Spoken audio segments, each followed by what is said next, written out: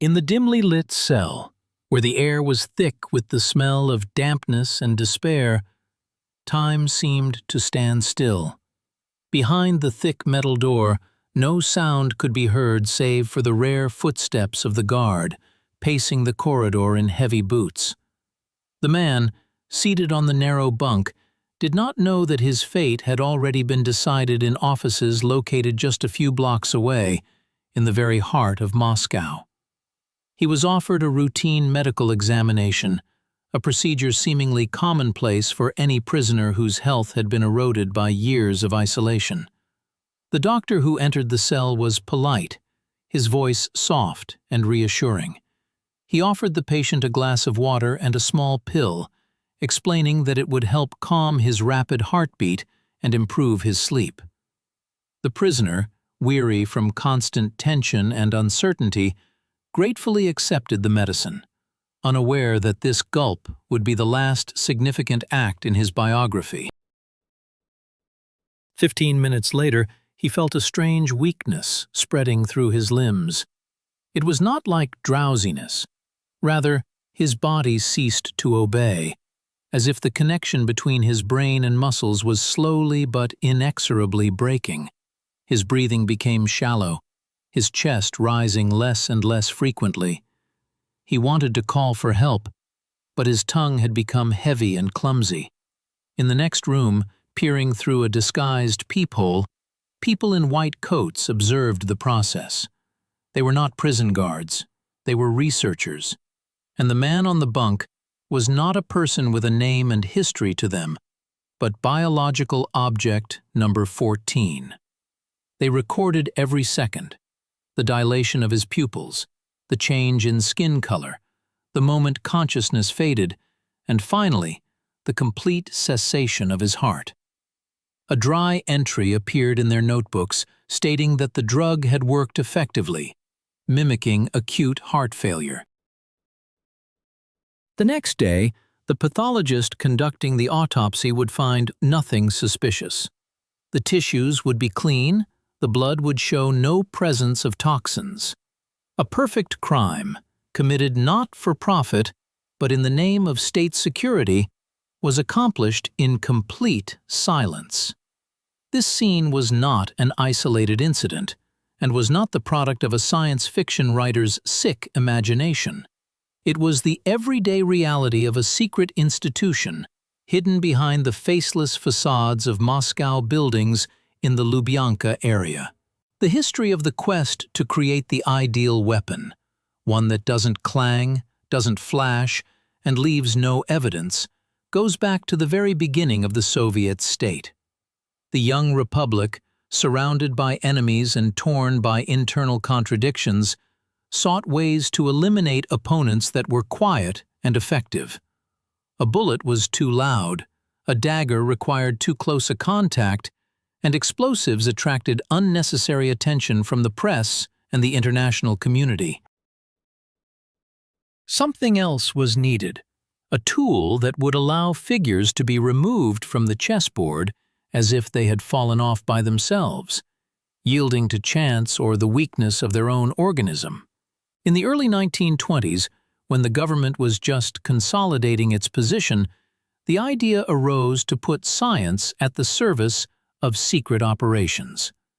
This was a time of bold experiments and a lack of ethical breaks.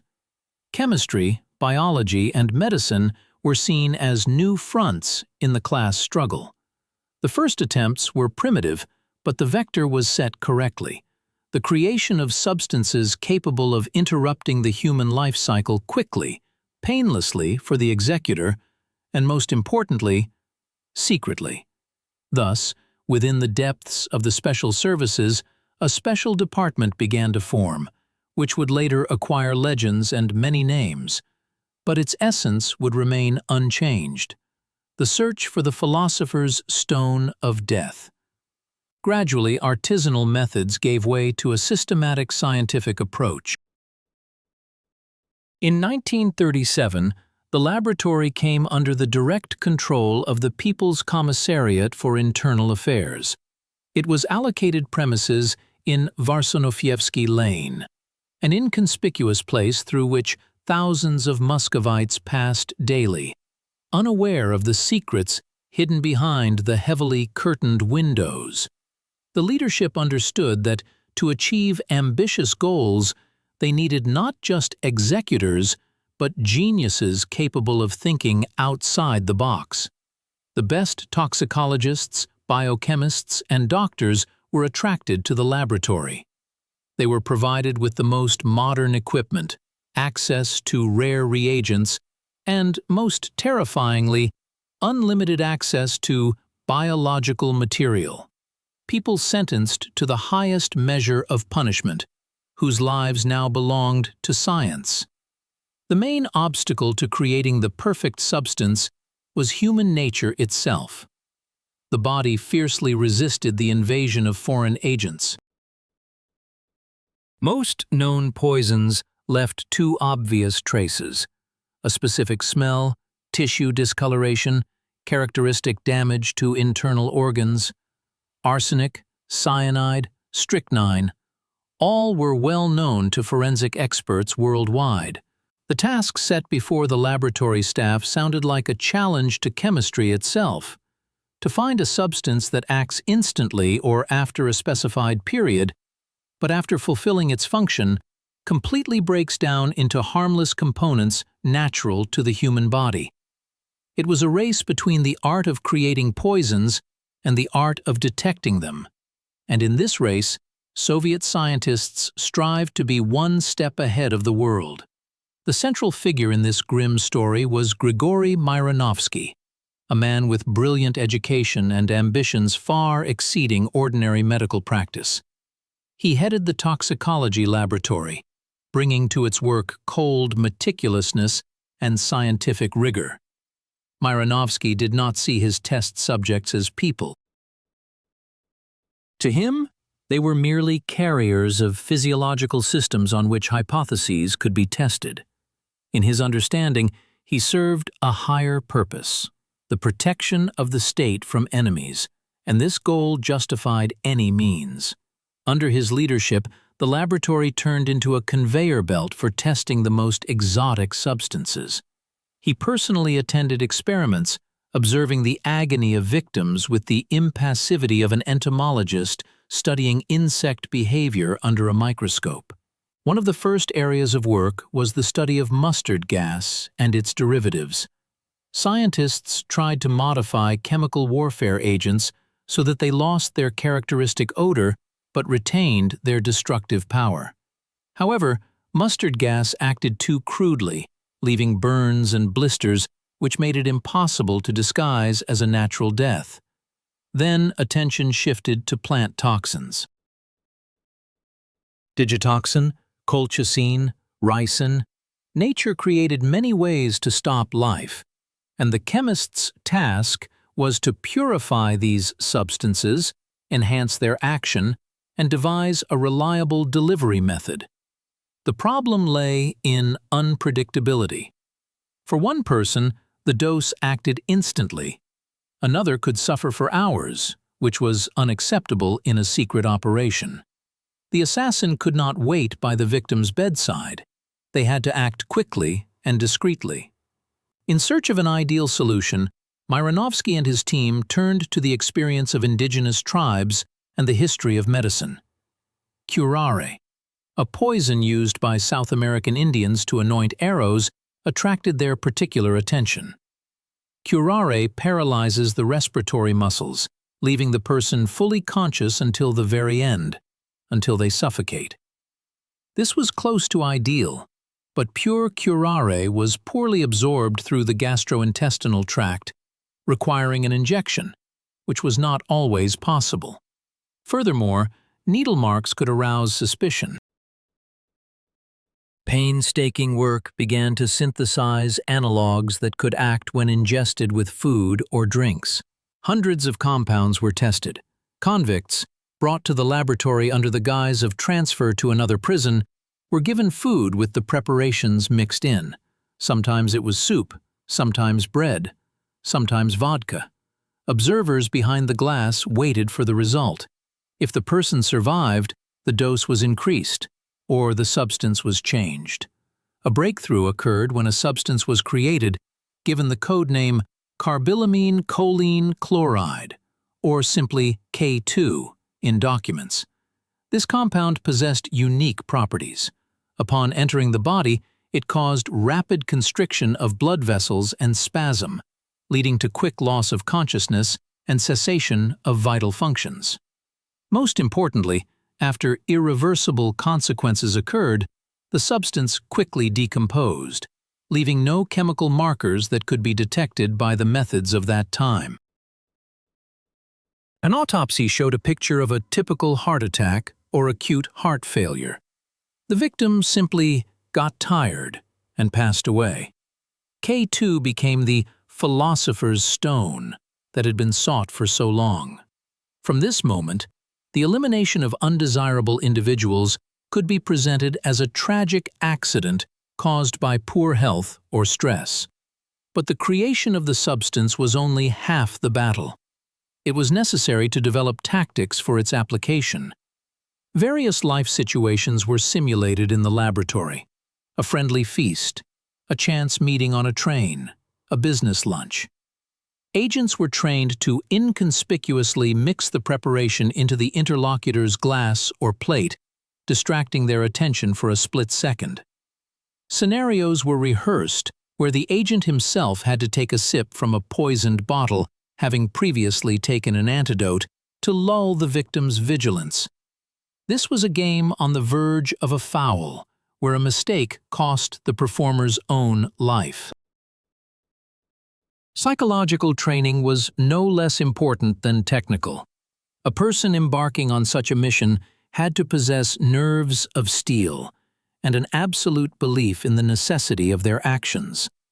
They became the arbiter of destinies, an invisible hand punishing on behalf of the system. One of the most famous cases of the laboratory's developments being applied was the operation against Archbishop Theodor Romja. His influence and authority interfered with plans to integrate religious structures into the new Soviet reality. Direct elimination would have caused a rebellion among believers and an international scandal. It was decided to act subtly. First, a car accident was arranged, but the Archbishop survived and was taken to the hospital. It seemed Providence was protecting him. However, within the hospital walls, where agents had infiltrated under the guise of medical personnel, he was given an injection of the toxin developed in the laboratory. The official cause of death was an embolism, a complication after injuries sustained in the accident. No one could prove otherwise. Believers grieved, but anger directed at the authorities was avoided. The operation was successful, proving the effectiveness of the silent weapon. In parallel with the external visible layer of events, a deep internal drama unfolded among the participants themselves. Myronovsky and his colleagues lived in a world of inverted morality. In ordinary life, a doctor takes the Hippocratic oath, promising not to harm. Here, however, the highest manifestation of professionalism was the ability to inflict harm in such a way that it appeared to be a natural process. This cognitive dissonance required powerful psychic defense mechanisms. Many drowned their conscience in alcohol, others became cynics, still others fanatically believed in the idea of a great cleansing. Myronovsky, judging by preserved testimonies, experienced a kind of scientific thrill. For him, every successful experiment was a victory of reason over the chaos of biology. He wrote detailed reports, defended dissertations based on the results of experiments on humans. In his eyes, this was cutting-edge science that simply outpaced its time and the ethical norms of ordinary people. However, the system they so zealously defended was an insatiable monster, devouring its creators. The paradox of the totalitarian machine was that those who held its secrets themselves became a threat. A person who knew how to eliminate anyone without a trace, from a simple worker to the general secretary, was too dangerous to be left free forever. In the early 1950s, amidst another wave of purges and power struggles, clouds gathered over the head of Dr. Death himself.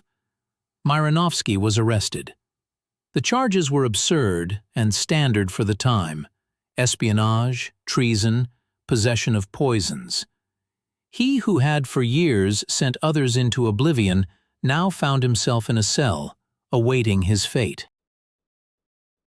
In prison, Myronovsky wrote letters to the country's leadership reminding them of his merits.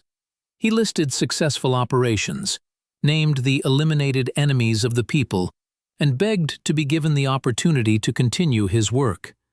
He sincerely did not understand why the system had rejected him, for he had been its most devoted instrument. But the logic of repression knows no gratitude. It operates on the principle of expediency. Myronovsky was spent material, a bearer of dangerous knowledge that needed to be isolated.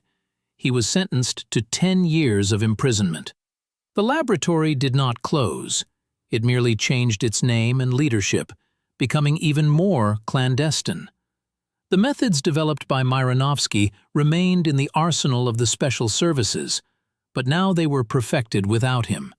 With the advent of the Cold War era, the tasks changed. Now it was necessary to act not only within the country, but also beyond its borders, in the heart of enemy states. Europe became a battlefield of the invisible front. Here, one could not simply mix poison into soup. Remote delivery methods were required that would not arouse suspicion in crowded places. In laboratories, now under the aegis of the KGB, unique devices were developed. One such invention was a special pistol, disguised as a pack of cigarettes or a rolled-up newspaper, firing a stream of cyanide gas. The victim inhaled the cloud, blood vessels instantly dilated, blood pressure dropped, and the person fell dead. The diagnosis: heart attack. This is how the leaders of the Ukrainian nationalist movement, Lev Rebet and Stepan Bandera, were eliminated. The perpetrator, Bohdan Stashinsky, later defected to the West and revealed the details of these operations, shocking the world with how routinely and technologically these liquidations occurred. An even more sophisticated device was the famous Bulgarian umbrella. This was a weapon worthy of spy novels. A pneumatic mechanism was built into the tip of an ordinary umbrella, firing a microscopic capsule with ricin. The capsule was made of a special platinum-iridium alloy, with tiny holes filled with wax that melted at human body temperature. The victim felt only a slight prick, as if from an accidental bump in a crowd or an insect bite. But the mechanism of death had already been set in motion. Ricin, a powerful plant-derived toxin, slowly entered the bloodstream, blocking protein synthesis in cells. The person wasted away for several days. Doctors could not make a diagnosis, as the symptoms resembled a severe cold or food poisoning. Georgy Markov, a Bulgarian dissident eliminated in this way in London, became a symbol that Moscow's long arm could reach anyone, anywhere. These operations demonstrated a terrifying transformation of the very concept of war. If before the enemy was a soldier in a trench who had to be defeated in open combat, now the enemy became a person walking down the street with groceries, climbing the stairs of their home, drinking coffee in a cafe. The line between peace and war was blurred. Every breath of air, every handshake, every doorknob could become a source of death. This spawned an atmosphere of total paranoia. Dissidents, defectors, and political opponents lived in constant fear, listening to every rustle, fearing strangers with umbrellas and strange-tasting tea. Fear was as much a weapon as the poison itself. It paralyzed the will, forced silence, made people doubt their own safety even 1,000 kilometers from the Iron Curtain. From a scientific point of view, the evolution of Lab X is a story of how intelligence can be directed against life itself. Chemists and biologists solved complex molecular-level problems, but the goal of their discoveries was not healing, but imperceptible destruction. They sought vulnerabilities in the human body, keys that could shut down the life support system without external damage.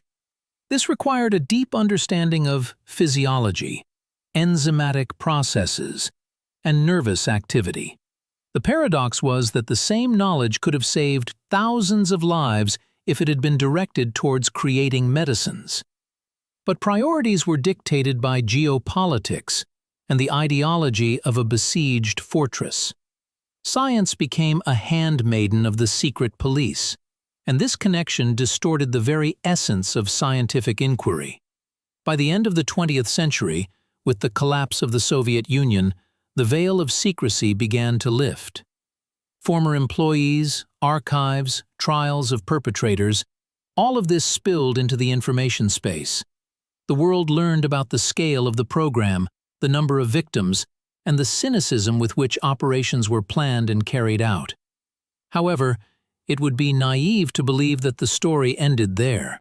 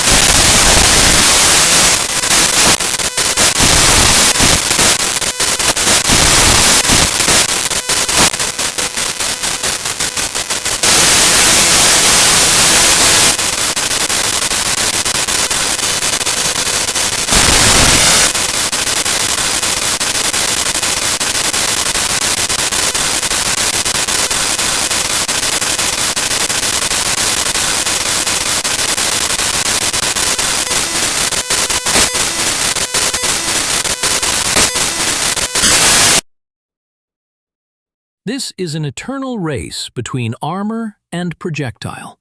Only in this case, the armor is forensic medicine and chemical analysis methods, and the projectile is a molecule synthesized in a closed flask. The lesson we can learn from the history of Laboratory X is not only to condemn past crimes, but also to understand the fragility of human security in the face of a state apparatus armed with science. Ethical boundaries, which we consider immutable, are easily erased when national security interests or the political survival of a regime are at stake. A scientist in a white coat mixing reagents can be more dangerous than an army of soldiers because his weapon is invisible and the blow is inevitable. We are used to fearing a nuclear bomb or a terrorist attack, but the quiet threat, dissolved in a glass of water or applied to a doorknob, frightens at a deeper, instinctive level. It violates basic trust in the world, in the things that surround us. Looking back at the dark corridors of Varsinofievsky Lane and the fates of people who became logs in the bonfire of experiments, we see the terrible price that society pays for secrecy and uncontrolled power. Grigory Miranovsky died shortly after his release, his heart stopping as suddenly as that of many of his test subjects. Irony of fate, or a final reckoning? We will never know for sure. But his legacy lives on in every news headline about mysterious poisonings, in every unsolved case of a sudden demise of a healthy person. At the end of this story, we return to the same image with which we began: a closed room, silence, and a person whose life hangs by a thread, dependent on a chemical formula. Only now, this room is not necessarily in the basement of the Lubyanka. It can be anywhere. And the person in it is not only a political prisoner or a spy. This is a symbol of everyone's vulnerability in the face of a force that has decided that the end justifies the means. The history of chemical phantoms is not just a chapter from a textbook. It is a warning that darkness, driven into a test tube, tends to break out, and then no one is safe from becoming object number 14 in someone's dispassionate report.